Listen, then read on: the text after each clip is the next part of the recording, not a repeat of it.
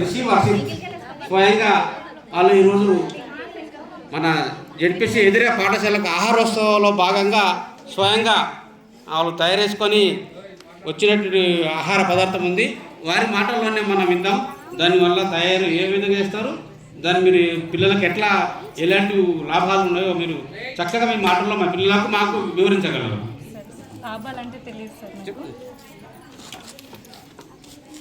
అందరి సార్ వాళ్ళకి నమస్కారము. పిల్లలు మీరందరూ కూడా మంచిగా వినండి నాన్న. ఇగో ఫుడ్ రోజు ఒకటే, మేము రోజు అన్నం వండి కూర చేస్తే మీరు తినరు కదా. ఈరోజు నేను పుదీనా రైస్ తీసుకొచ్చిన. పుదీనా ఉట్టిగా తింటే మనకు ఎట్లుంటుంది, ఒగురొగురుగా ఉంటుంది. అదే ఫుడ్లో పెట్టుకొని తిన్నామనుకో మనకు హెల్త్ కూడా బాగుంటుంది. వాటర్లో కూడా వేసుకోవచ్చు, మీకు తెలిసి ఉంటే తెలియదు నాకు. పిల్లలకు మాత్రం నేను వాటర్లో డైలీ వేస్తాను, కావాల్స్తే వాళ్ళని అడగండి.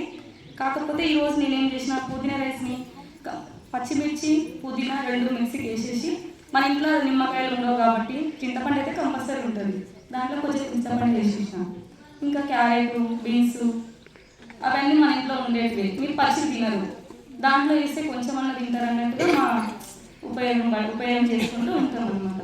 కాబట్టి మీరు కూడా మీకు ఒకవేళ మమ్మీ వాళ్ళు చేయకపోయినా మీరు కూడా ఒకసారి ఇట్లా చెప్పింది కదా దీనివల్ల పచ్చి తినాలా ఇట్లా తినాలా అని ఒకసారి ఆలోచించి తినండి. ఎందుకంటే మీరు ఎవరి ఉంటాయని మీ స్కూల్లో కింద పడినా మీకు ఏమన్నా అయిందనుకో మేము అక్కడి నుంచి ఇక్కడ రావాలంటే రాలేదు, మీకోసమే కదా మేము చేసేది. కాబట్టి మీరు అందుకని హెల్తీ ఫుడ్ తినంటే హెల్తీగా ఉండాలి మంచిది. సార్ ఈ అవకాశం ఇచ్చిన వాళ్ళందరికీ